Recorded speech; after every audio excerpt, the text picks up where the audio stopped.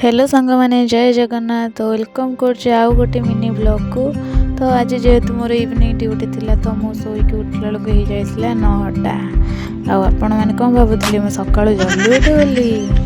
तापर मुझे ब्रश करदे भात पानी बसई देती और फ्रेश हो बाहरी पड़ी रोसे करने ये माछ भी आसाइला। मु माछ गुड़ भल भाव धोई से लुण हलदी रेडी करदे तापर आलू टमाटो पियाज सब मसला भी रेडी कर देती तार भर आसाइला मो सुंदर कल ये देखो सुंदर सहित टे भिड कल मजा मस्ती करदे बाहर पड़ी माछ तरकारी बनवा को। ये मो फास्ट माछ को भलसे भाजी नेली आलू गुड़ भी भलसे भाजी नेली पियाज को भलसे भाजी गला से टमाटो अदा रसुण पेस्ट आंबुल सब मसला गुड़ पकई देती और मसला सब कषे आसला से भाजी रखी माछ आलू गुड़ भी पकई देती मोर ये रेडी होता स्वादिष्ट माछ तरकारी और सहित भी टे पापड़ भी छाणी देती।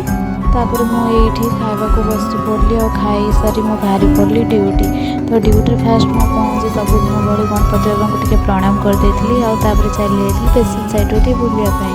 तो पेसेंट सैड्रु बुली आसला ये हैंड ओवर नहीं मो कम भी स्टार्ट करदेली तार भर मो कम सारी रात 8टा बेल बस रूम में पहुँचली। तो ये फोन चल देती खाई सारी मुझे चली शोक। तो सांग मैंने आज ये वीडियो भल लगे लाइक शेयर सब्सक्राइब निश्चय करेंगे। तो रही जय जगन्नाथ।